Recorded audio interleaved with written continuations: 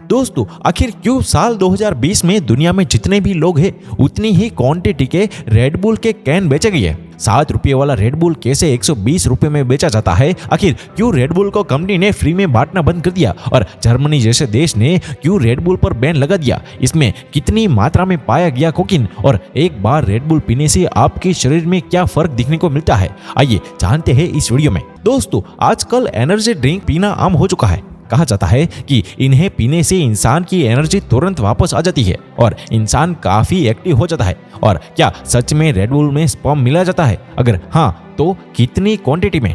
दोस्तों, red bull कोई American brand नहीं है, बल्कि इसे थाईलैंड के आम इंसान ने खेतों में काम कर रहे लोगों के लिए बनाया था, जो सारा दिन काम करने के बाद थक जाया करते थे। थाईलैंड के लोग इस ड्रिंक का बहुत ज्यादा इस्तेमाल करने लगे, लेकिन जब 1986 में ऑस्ट्रेलिया का एक वैज्ञानिक काम के सिलसिले में थाईलैंड गया तो काम करते करते वैज्ञानिक के सर में दर्द होने लगा, लेकिन उस दौरान उसे कोई दवा नहीं मिली। तभी एक शख्स वैज्ञानिक के पास आता है और उससे कहता है कि ये रेड बुल नाम की दवा पियो, इससे तुम्हारा सर दर्द भी ठीक हो जाएगा और तुम्हें एनर्जी भी मिलेगी। वैज्ञानिक ने बिल्कुल वैसे ही किया जैसा कि उसे कहा गया था और जल्द ही उसका सर दर्द बिल्कुल ही ठीक हो गया। वैज्ञानिक इस ड्रिंक का दीवाना हो गया और इसे बनाने वाले शख्स के पास पहुंच गया। वैज्ञानिक ने रेड बुल बनाने वाले से कहा कि हमें इसे यूरोपियन देशों में भी बेचना चाहिए, लेकिन वो शख्स बहुत ही सिंपल आदमी था, लेकिन उसे वैज्ञानिक का आइडिया बहुत ही पसंद आया और फिर इन दोनों ने मिलकर एक कंपनी की शुरुआत कर दी। वैज्ञानिक ने सोचा कि अगर वो इसे आम कोल्ड ड्रिंक बताकर बेचेगा तो इसका सामना कोका कोला से होगा, जो कि पहले से ही मार्केट में काफी ज्यादा बिक रही थी।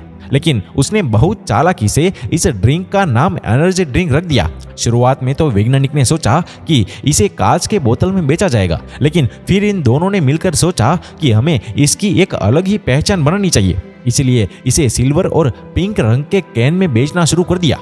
देखते ही देखते यह ड्रिंक यूरोप के कई सारे देशों में फैलने लगा, लेकिन इसे सबसे बड़ी कामयाबी तब मिली जब इसे अमेरिका में लॉन्च किया गया और फिर इसने अमेरिकन मार्केट में उतरते ही तहलका मचा दिया।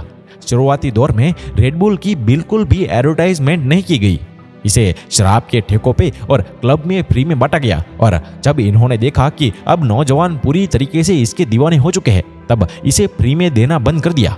लेकिन रेड बुल के इतिहास में एक ऐसा भी वक्त आया जब इसके ऊपर पाबंदी लगा दी गई और इस पे बैन लगाने वाला देश पहला था जर्मनी, क्योंकि वहां किए गए एक रिसर्च में इसके अंदर 0.4% कोकीन पाया जाता है, जिससे पता चला है कि यह कोई एनर्जी ड्रिंक नहीं है, बल्कि यह एक ऐसा ड्रिंक है जिसे पीने के बाद लोग इसके आदी हो जाते हैं और लोगों को इसकी लत लग जाती है।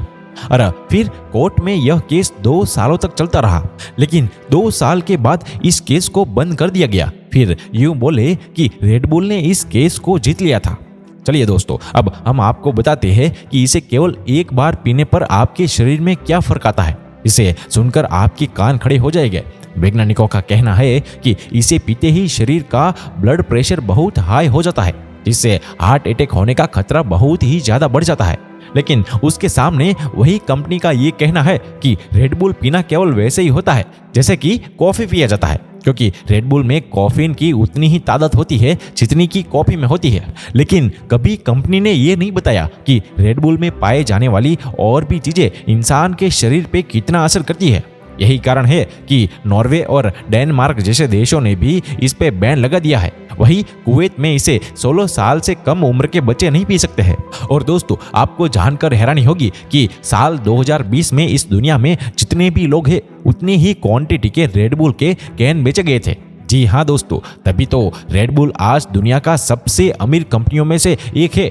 आप इनका प्रॉफिट अंदाजा ऐसे लगा सकते हैं कि एक रेड बुल की कीमत केवल 7 रुपये होती है, जबकि इसे 120 रुपये में बेचा जाता है। और दोस्तों, चलिए अब हम आपको बताते हैं कि रेड बुल कैसे बनाया जाता है। इसे बनाने के लिए सबसे पहले एक कंटेनर में पानी भरा जाता है और इस बड़े से कंटेनर में टॉरिन ऐड किया जाता है। इसके साथ ही इसमें कॉफीन, सोडियम, कैरेट और कई साल के कंपाउंड डाले जाते हैं और इन्हीं कंपाउंड की वजह से यह हमारे शरीर में एनर्जी बनाते हैं। और हाँ, रेड बुल के बारे में एक फैक्ट ये भी है कि हर देश में रेड बुल बिल्कुल अलग तरीके से बनाया जाता है।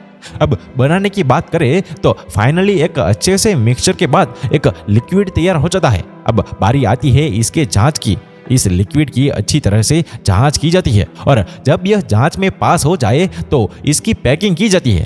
तो चलिए दोस्तों, अब हम आपको बताते हैं कि क्या रेड बुल में सच में स्पर्म मिला जाता है या फिर नहीं। दरअसल रेड बुल में स्पर्म वाली बात तब लोगों में सबसे ज्यादा फैली जब लोगों को पता चला कि इसके अंदर टॉरिन डाला जाता है। अब लोगों को टॉरिन से प्रॉब्लम इसीलिए हुई क्योंकि यह पहले के समय में घोड़े के स्पर्म में से निकल जाता था। आपको बता दूं कि टॉरिन एक ऐसा कंपाउंड है जो कि कई सारे एनर्जी ड्रिंक में इस्तेमाल किया जाता है और इसके बगैर एनर्जी ड्रिंक बन ही नहीं सकती है।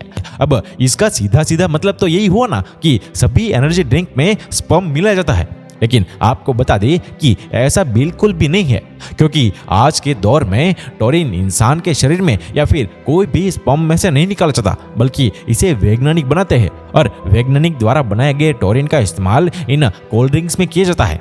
तो दोस्तों, आपको ये हमारी वीडियो अच्छी लगी हो तो इसे ज़्यादा से ज़्यादा शेयर करें और लाइक शेयर कमेंट करके हमारे पेज को फॉलो या सब्सक्राइब करना ना भूलें। धन्यवाद।